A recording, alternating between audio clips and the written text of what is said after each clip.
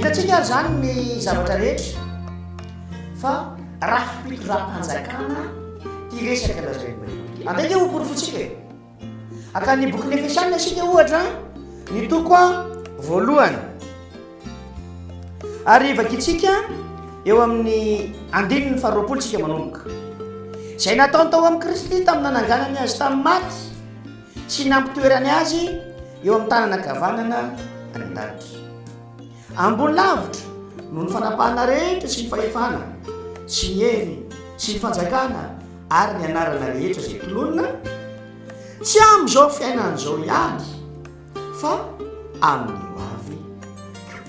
dia nampanaiky ny zavatra rehetra eo ambanin'ny tompony izy ka nanao azo lohany manapaka ny zavatra rehetra ho an'ny fiangonana zay tenany dia ny fahafenoan'izay mameno zao zavatra rehetra mipetraka aloha ny teny voalohany eo amin'ny 20 hoe zay nataony tao amin'ny Kristy tamin'ny nananganany azy tamin'ny maty sy nampitoerany azy eo amin'ny tanana kavanana any an-danitra efa nijerenantsika tamin'ny ahoronan-tsary voalohany iny zay tamin'ny 7 ny voalohany manao hoe mipetra aloha anao to tanana kavanana manarao favananofotra dia be dehibe no miresaka satria eo anatin'izany teny zany dia mitranga be dehibe ny toe-tsaina religion ny hoe religion dia tsy nakory fa fisainana sy fiheveran'olombelona mety ankehitriny ny saina sy heverana ny amin'Andriamanitra mipetra aloha anao tao tanana kavanana rehefa nylazay izany tenin'Andriamanitra zany ny ao anatin'ny sain'ny akamaroany be dehibe ny kristiana dia hoe fauteuil na hoe seza zany resaka zany zay no akamarotsy indray makara efa nisy adevitra indray mandeha nataon'ireo kristiana namana nivory indray mandeha dia hoe dia ahoana ary zany le izy rehefa misy olona mipetraka ave misy olona miakatra ny an-danitra ave dia mikisaka mialehibe le seza sa ahoana ny tena lamina hitoeran'le izy zany lasa adevitra mipetraka tsy ary lasina bavy tsy ary kristiana hafa tsy fauteuil zany resaka zany fa ao amin'ilay toerana isiny fohy be mpitondram-panjakana izany toerana zany manao hoe ity zany lazainy zany hoe mipetray ianao eto amin'ny tanana kavanako mandraparako fahavanako raha ohatra zany teneniko amin'ny fomba hahafahatsika mahazazy ankehitriny dia hoe any lay atao hoe QG napidirina sy napetraka any amin'ny QG any amin'ny quartier général ny tompo mba handray ny fitantanana ny fanjakan'Andriamanitra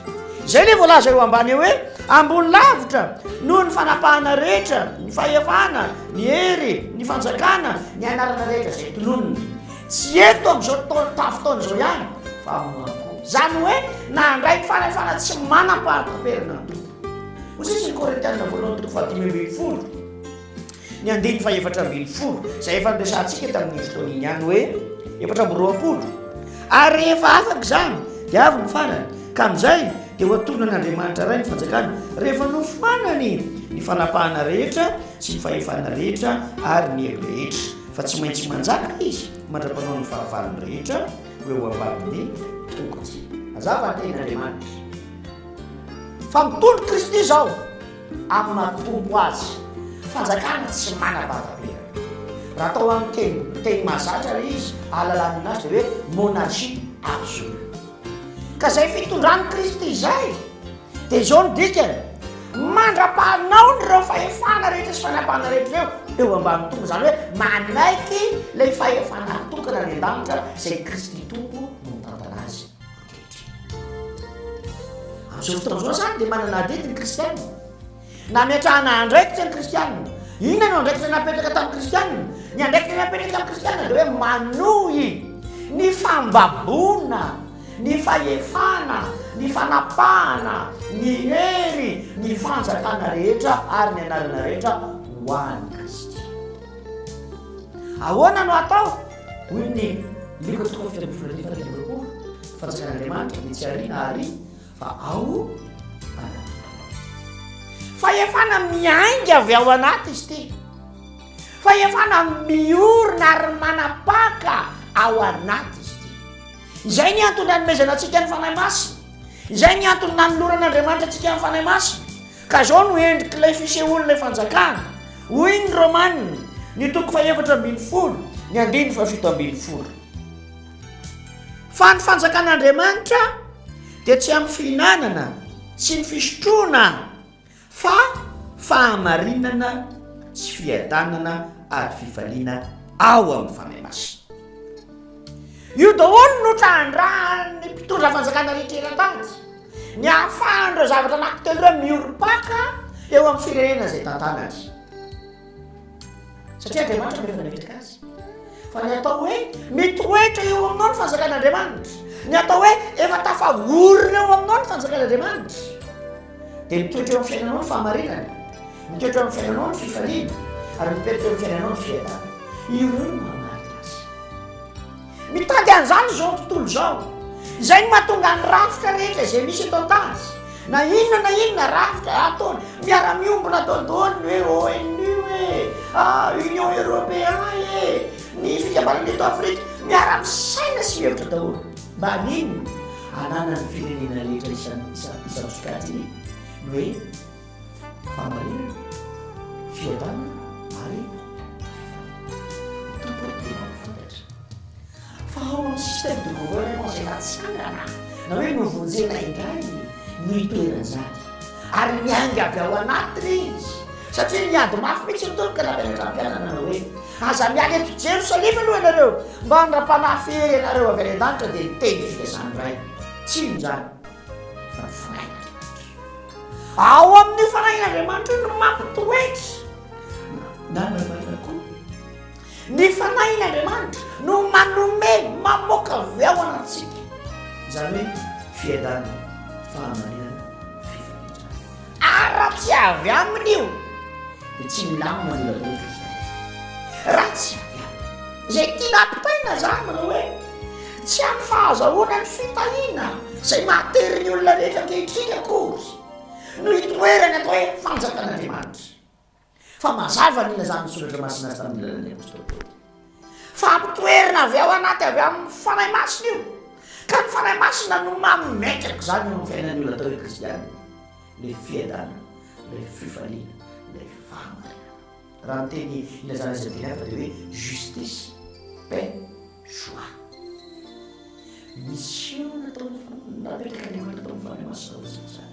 Dikan'izay izao aoka ny kristiana ahitady zany ao amin'ny fanahy masina.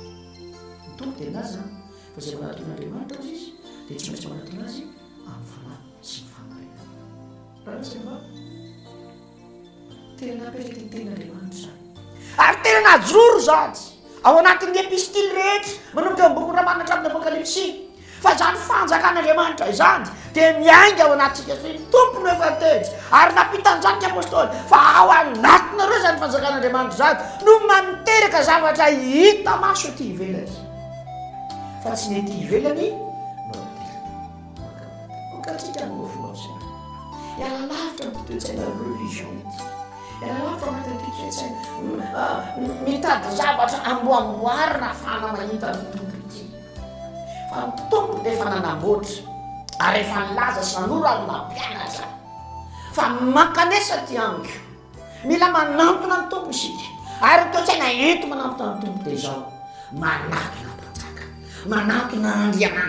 Andriamanitra velona, Andriamanitra nampanatena fa afaka mitondra antsika ny fiainana maro samihafa. Izany no nilazany ka nataony hoe fa katsao aloha ny fanjakan'Andriamanitra sy ny fahamarinana dia hanampy ianareo zany rehetra zany. Rehefa anana fisalasalana ny apôstôly ka tena manao hoe inona zany no tafinay, inona no hoaninay izay efa nahafoy ny rehetra ho aninao Kristy dia nanamafy Jesosy. Izao no nilazay katsao aloha ny fanjakan'Andriamanitra. Fitompam-pitaina dia mazava fantaro aloha ny fahamarinan'ilay système de gouvernement. Fantaro ny ahavony, ny alaliny, ny sakany, ny lavany. Fa rehefa fantatrareo zany dia io lalam-panorenana ny système de gouvernement io na ny tenin'Andriamanitra ny mitondra anareo sy mampahafantatra anareo ny marina rehetra. Io no manoro lalana anareo ary ao anatin'io no misy ny article rehetra ahafahanareo mihevitra, misaina, mihevitra ny zavatra rehetra izay hainanareo tombony. Zao zany ny réflexion tokony hanana zanak'Andriamanitra. Tokony hipetraka amin'izany zanak'Andriamanitra hoe inona ny tareny zavatra izay misy. Ny réflexion zanak'Andriamanitra mazana rehefa izany no mitranga dia devoly ao anatin'ny sainy manao ny asany reny devoly manao an'izao reny devoly zany le toe-tsaina religion fa ny fiantson'ny tompo dia izao izy no andriamanitra izy no manana ny fahefanareta ny an-danitra sy diatany noho izany ny kristiana dia tokony anana reflexa hoe amin'ny tareny zavatra rehetra mitranga dia any amin'ny tompo ny sainy any amin'ny tompo ny fanantenana any amin'ny tompo no ahitana fahefana hitory zany moarehetra fotoanany teteny manao hoe raha hita amin'izao tany tsy avy eto amin'izao tany zao ny fanjakako nanana zany sainy zany tompo ary mampianatra antsika zany sainy zany manao hoe tsy ny zavatra eto an-tany no antenaina hitondra fiainana sy fahazavana eo amin'ny fiainantsika fa nampianatra Jesosy fa avy any an-danitra io ary miainga amin'ny alalan'ny fanahy maso ka ny tolotsaina dia izao inona no mitranga inona no zavatra miseho raha lasana vavy kristianina manatrika izao isika mpanompon'andriamanitra sika zanak'andriamanitra manao ny asa manatrika sy mijery izao olona tsara izao izao no tokony toetsaina izao no tokony ho anamboarantsika ny fanampintsikan'andriamanitra mitranga ny olana ho isika mitranga ny zava-maro samihafa izao ihany ao anatin'izay inona no artikle izolany constitution-n'andriamanitra afaka hitoerako manolona izao zavatra misy azao tsarovana fa ny olon'andriamanitra rehetra tao anatin'io baiboly io dia mitenen'andriamanitra mandrakariva manao hoe na izy aokanao andeha tsisy manolona manolona ten'andriamanitra zany na azavela ialo eo ambany masonao ty boky lalàna itina ty ten'andriamanitra ity na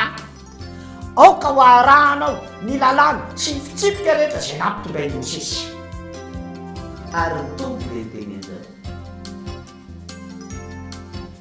raha raisinareo teny ka mitandrinazy ohatra tozay teny tenena tompo azy dia mifantatrareo marina ary marina afaka eo tsy hoatefo teny mantsy ny tompo fa ny andrina zao tontro zao izy dia mampanompo azy fantatry ary tena manjakazaka aminy fa raha mahafantatra ny teny tenareo fa inona ny tenyny tompo ary ny fanjakan'andriamanitra lay gouvernementan'andriamanitra zay tantana ka raha fantatrao tsara amin'ny alalan'ny tenin'andriamanitra gouvernement io dia ho hainao ny toetra manolona ny zavatra rehetra satria eo natria ny tareny zavatra zay miseho amin'ny fiainanao na inona na ino avy hatrany ianao dia manana fahazarana ka mahafantatra hoe izao no aratokony ny antsony tompo sy lazan'ny tompo ary nampitainy tompo ahafahako miatrika izao aza dimy kristianavana fa izao no nambara ambony lavitra fahefana rehetra fanaparana rehetra ny fanjakana rehetra ary ny hery sy ny anarana rehetra dia nomena ambony lavitra no zany tompo dimy zany zay na dia tsotra efa ho aminy tanteraka ny fahefana ety mitondra an-tazy mirindra amin'ny anarany avokoa izao rehetra izao mirindra amin'izay fiheverany azy izao rehetra izao ninina mitranga ninina miseho amin'ny fiainanao dia ataovy ao anatin'ny sainao mandrakariva ary fantaro eo amin'ny mombanao rehetra fa mitranga eo fiainanao io rehefa nanapa-kevitra ny fidiana ara-dia kristy ianao dia avy aminy avokoa dia soa mihitsy ny saina hoe devo fa efa lesantsika teo miadoanako hoe tsy fantany akory ny toyady ny fiainana taorina ny azo vitsave raha fantany zany misy dia tsy tombotsany hoe tena tsy ao anatin'ny fahalalana itsony ny fiainana aorina ny fitsakana masaona ho amiko an'izany fa nolazay ny ten'andriamanitra zany nampahafantary le constitution ny fanjakan'andriamanitra zany fa tsy mahafantatra ny ambony sy ny ambany mikasika ny fanjakan'andriamanitra itsony ny andrina zao tozatanodesatata fefa kristy jesosy no mitorazy ankehitriny manan'andriamanitra velona ianao manan'andriamanitra tsy mety maty intsony ianao ary manan'andriamanitra manana fahefana sy mitondra amin'ny hery ny voninahiny ianao izany nanomesinatsika ny anarana tsara indrindra hoe kristy tompo izany natonga anazy anteny manao hoe raha ohatra misy marary dia mivavay ianareo mametra tanana amin'ny anarako amin'ny anaran'ilay fahefa-fanjakana amin'ny anaran'ilay mpanjaka mitoetra ny QG any an-danitra no anaovantsika n'izany asa zany amin'ny anaran'ilay voninay mpanjakana zay tsisy afaka hikitika azy intsony ary mandoalika eo anatria mipetraka daolodaholo rehetrarehetra rehefa hifanjakana io mitoetra ka raha mitentsika hoe manao toy izao amin'ny anaran'i kristy tompo midika zay dia hoe amin'ny anaran'ilay fanjakana lehibe any an-danitra no hitenenana sy anambarana ary ilazana ny zavatra rehetra eo ambony tany ka io fahefan'i kristy io no ampombany atsika zay no mahatonga ny Hebreo 4 milaza ka manao hoe Hebreo 4:1 sady Andriamanitra koa no niarana nambara taminy tamin'ny famantarana sy ny fagagahana atamin'ny asa lehibe samihafa sy ny fanomezana ny fanahy masina no zarazara niaraka izy tia misoratra masina zay izay rehetra manao mitondra ny afatra sy mizara ny fahamarin'Andriamanitra dia le hoe tantaran'ny rafi-pitondram-panjakan'Andriamanitra ny baiboly zay rehetra mampianatra an'izany sy manololanana an'izany dia nambarany tompo hoe indro amin'ny momba azy mahatonga fataterana zao ahoana ny fomba ny tompo maneho famantarana sy fagakana maro manoloana zany asa fitorian'izany izy voalohany fagakana lehibe indrindra amin'izany dia tsy nefa ny fiovam-po ina natao hoe fiovam-po ahoana natao hoe miova-fo ny olona anankiray ny atao hoe olona miova-fo dia tsy nakory fa ny ala atao amin'ny fanaipahany système de gouvernement nety satana izy fa mifindra kosa makao amin'ilay lalan'ny rafi-pitondram-panjakana kristy hoe système de gouvernement tany jesosy tompo izy izay natao hoe olona miova-fo miala tamin'ny fomba zao tontolo zao fa miditra amin'ny fomban'Andriamanitra ka manatanteraka ny lalam-piainany manontolo mametaka lalam-piainany manontolo mirindra miaraka amin'izany tenin'Andriamanitra zany tadideo a fa izany no tena lalan-tsitrapon'Andriamanitra ary zany no tena fiantsona sy fiantsonanao ary zany no tena maha-kristianina sy maha-kristiananao dia ianao vavolombelony tenin'Andriamanitra ianao zay milaza sy milaza fa ny tenin'Andriamanitra dia hainy atao ary hainy tamterahina zay lazainy ianao zay afaka miseho eo anatrehany zao tontolo zao fa ny tenin'Andriamanitra ny tsy miova omaly sy miova ary mandrakizay hoy ny Hébreux 13:15 Jesosy Kristy no tsy miova omaly anio ary mandrakizay ry kristianina hafa ny tompo efa tsy miova hatramin'izay naharinany tany sy lanitra efa nanaiky ny anavitra ny fanjakana izy mialoha ny ilazany Genesis 3:5 nandeha araka izany teny zany izy ary mitoetra araka izany teny zany izy raha nieritreretra ao ary zany raha ny fandinianao manatrika izao fampianarana zao iza no mila miova zany sasy anao no mila miova manaraka ilay niseny fanjakana sasy anao no mila miova manaraka ilay lalana mitondran'ny tompo ny fanjakana zasy anao no mila miova mahafantatra ny lamina sy ny programa mpanjakana rehetra zay nentiny tompo dia zasy anao no manara-dy zany tsy tompo no atsotsika amafisy ary tsy indrina fatatra tsy ny tompo no atsotsika anao inana anao ana no fiainatsika fa isika no mila makanyany manatanteraka sy miaraka amin'ny isika no atsony makanesa ty andro isika no atsony hoe zay rehetra manatona dia tsy mba misy lavitra dika zay ianao isa no manatona tompo fa tsy tompo izay ty lamina ity no mena ny fahefana ao amin'io Kristy io ao amin'ny lalana napetrany io Kristy io ao amin'ny lalana natsangana io Kristy io fa mitondra lamina ngedabezany fanolorantena tompo tamin'ny azotany zany ka natonga azy natsangana tamin'ny maty ao amin'izay lalana mizoran'izay fanjakana nety zay any no misy ilay fiadarana any no misy ilay fitsarana ny tompo any no misy ilay fifaliana any no misy ilay fahasaparana napetraky ny tompo mila mizotra amin'izany isika tsy hovaitsika araka izay titsika ny ten'Andriamanitra fa isika mila manaraka ny ten'Andriamanitra mandeha miaraka fanambezazay nykehitriny fa ao amin'ny sitrapon'Andriamanitra misy fiainana raha hoe tena fiainana zany zay renao ao amin'ny lalany fanjakan'i Kristy ao no misy natao hoe fiainana masotomy no maka baiboly masotomy mitady an'Andriamanitra amin'ny lalana baiboly masotomy mitady an'i Kristy amin'ny lalana baiboly fa ao isika no mitsany le raha fanjakana ao isika mafantatra fa mpanjaka lehibe izy ao isika mafantatra fa tsy manam-pahaterana fanjakana maly tsy miova amin'izany izy fa isasy anao mila miova